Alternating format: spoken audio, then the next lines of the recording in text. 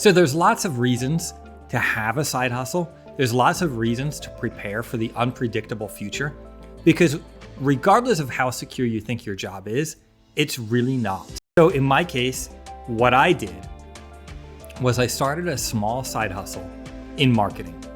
That's what I did. I found a customer, one person.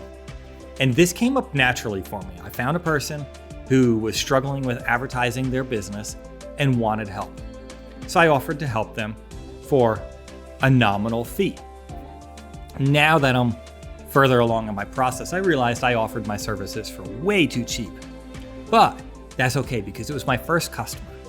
And I was working for that customer, getting great results. And then came along another and another.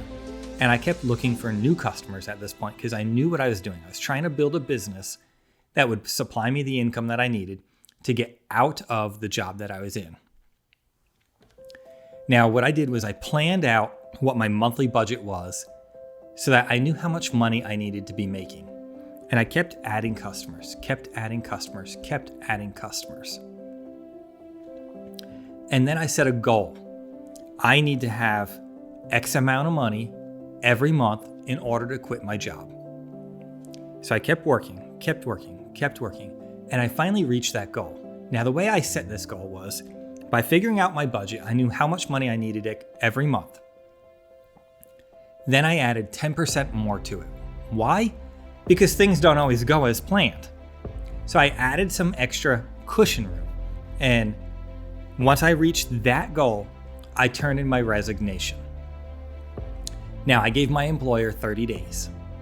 That's what my contract was. I had to give a 30-day resignation. So I gave them 30 days. During this 30 days, I really ramped up my side hustle. I started seeking more customers and more customers and more customers while continuing to do an excellent job for my final 30 days. So at my full-time job, I was training my replacements on how to do my job, and then on my free time, I was working my side hustle. I continued to add customers and kept going.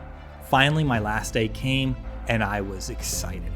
I was able to walk out that door that day and know that I never needed to come back to a job I didn't like, working for a person I didn't like. The next morning, I woke up and suddenly I was working for myself.